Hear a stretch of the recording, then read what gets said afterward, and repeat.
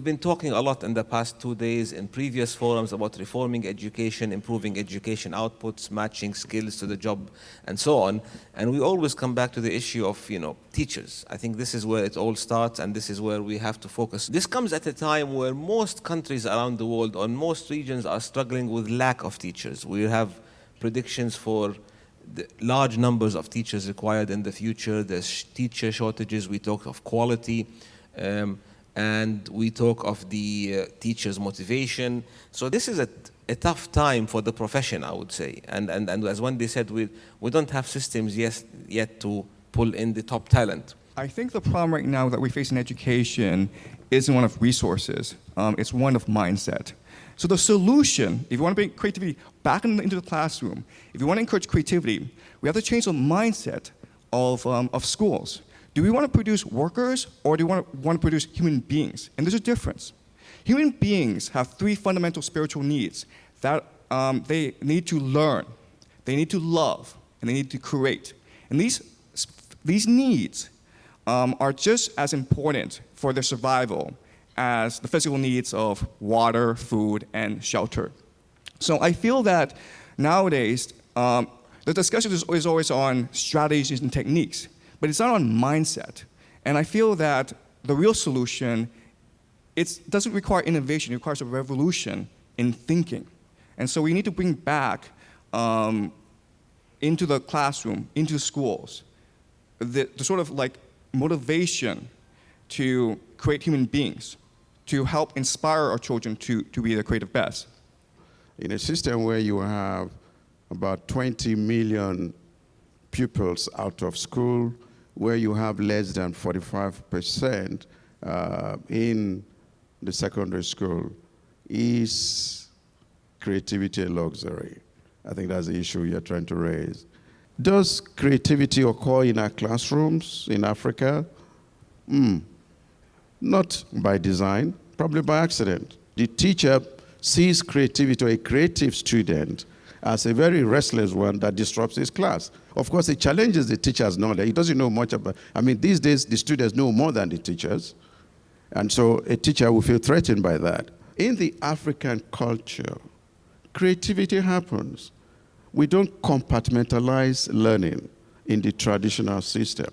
So children, as they begin to grow, tries to create things on their own. So it's not that it's not there in the system, but it is not recognized and it has not been institutionalized. And we need to look into how to bring this up into the system. We seem to have a system that hardwired itself.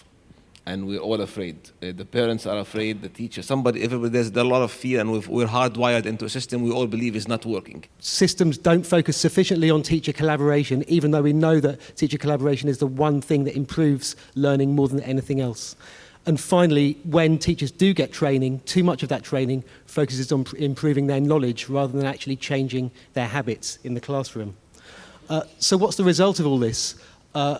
We know that too many teachers are leaving the profession, burnt out. We know that this culture, this dominant paradigm, means that teachers are not making the most of the huge opportunities offered by new technologies. And we also know that the coming generation who crave creativity in their workplace are being turned off teaching as a profession. Think of one person you know, possibly a graduate, who's thinking about whether or not to teach at the moment. What will turn them on? What will help them to make that decision to join the profession rather than to go into another profession? And we think creativity is central to that. The first challenge in the teaching staff was attitudinal, have the desire to learn and to want to change the way we thought and the way we did things.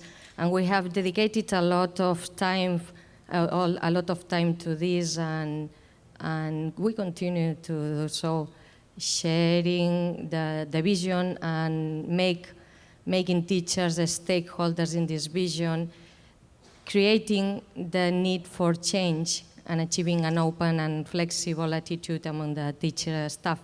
And hand in hand, this attitude comes the training and changes in the curriculum, the methodology, and the assessment have been achieved by means of a great deal of teaching. This training has to be put into practice, to be reflected upon jointly and then become enhanced in practice. And it is not until it becomes a habit that we are ready to widen it with new knowledge and new practices to reach this point of sustainability in the project. We need to encourage a disciplined creativity amongst teachers so that teachers aren't just left to their own devices, but they need to think about how they are informed by and generating the best possible evidence for new approaches to teaching.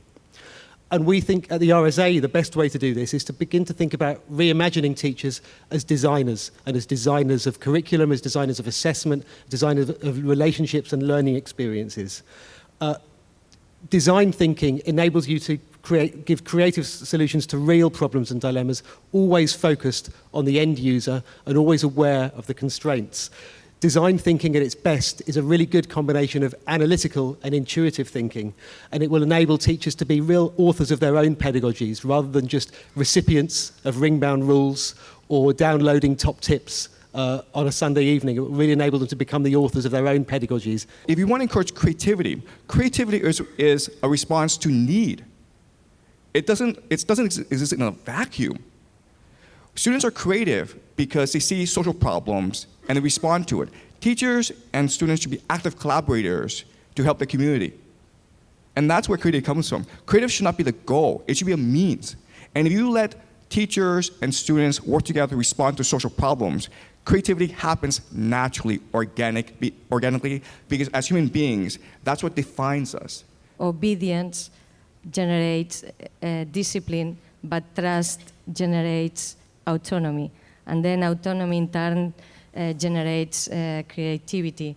And you need a kind of a safety net to help the teachers be designers of experiences like protocols, like peer feedback, but like coaching, like working in teaching teams, and then you can get more and more good results. I think that the first step we need to implement is more openness, flexibility, and fluidity in the school system.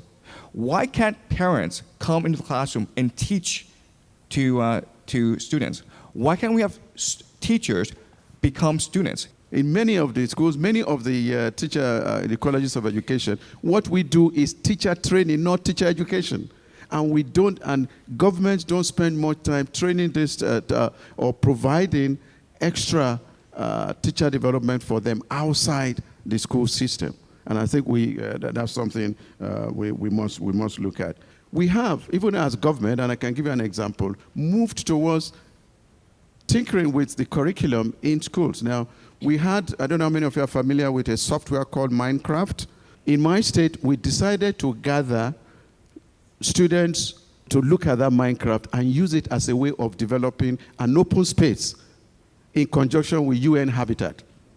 Believe it or not, in 2 days, 26 children between the ages, young adults between the ages of 18 and 25, mastered Minecraft, and they were able to design so many things. We now discuss with the architecture department of our polytechnic, and they say, wow, it means that we can reduce training architects from 3 years to just 1.5 years or less. So this is how you begin to change the system. If we want to create a profession, a teaching profession, it is one that has to be very, very research literate, so that it can really understand the evidence that's presented to them about what works within classrooms, but then not just doing what works, but constantly asking the question, what might work in my context with my young people? There are thousands, probably millions of teachers who at this moment in classrooms are not just following protocols and not just following instructions, but are really going the extra mile to be creative for their students. And my starting point is to honour and celebrate their work.